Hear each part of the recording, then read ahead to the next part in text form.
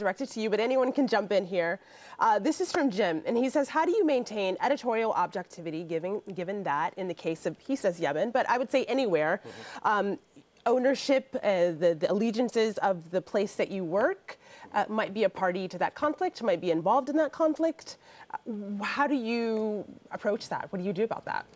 Basically, for the last 10 years that I've been working with Al Jazeera English, I've never witnessed personally any case of interference into what I do. Basically, a senior correspondent who operates in the field is someone who plays a significant role in shaping the editorial agenda because of his experience in that particular place, the vast network of contacts that he has with the people. So he has some sense of independence in gathering all those elements and putting them together on air. I've never felt at a certain point that that my integrity has been compromised. To the contrary, I have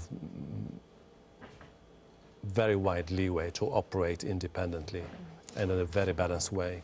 And also, we're a channel that does a lot of people's story. So regardless of anything, people's story is people's story.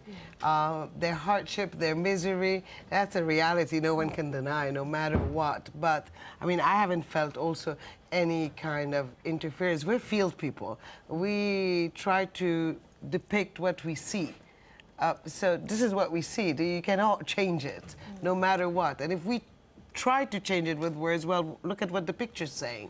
So, you know, and that's, we are a channel, we say that we're the voice of the voiceless, meaning that we're the voice of the people, those who are, let's say, suffer the consequences of the story.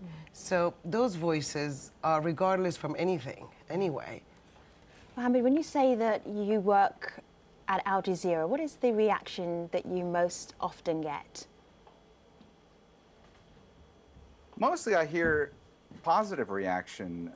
People, the viewers that we have, they really like the fact that they hear the human story on Al Jazeera. That's one of the mottos of the network, so you hear it a lot on our airwaves.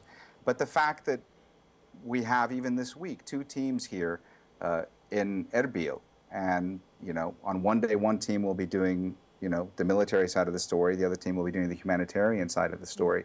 The fact that there's resources dedicated to telling parts of the story and ensuring that voices of normal, average people show up on our air to talk about how they are affected by conflict and war and so many other horrible things, I think that really distinguishes us. There's a diversity of voices on our air, and we always push to make sure we get those voices on the air, and that to me is the positive reaction that I hear most from viewers that watch the channel.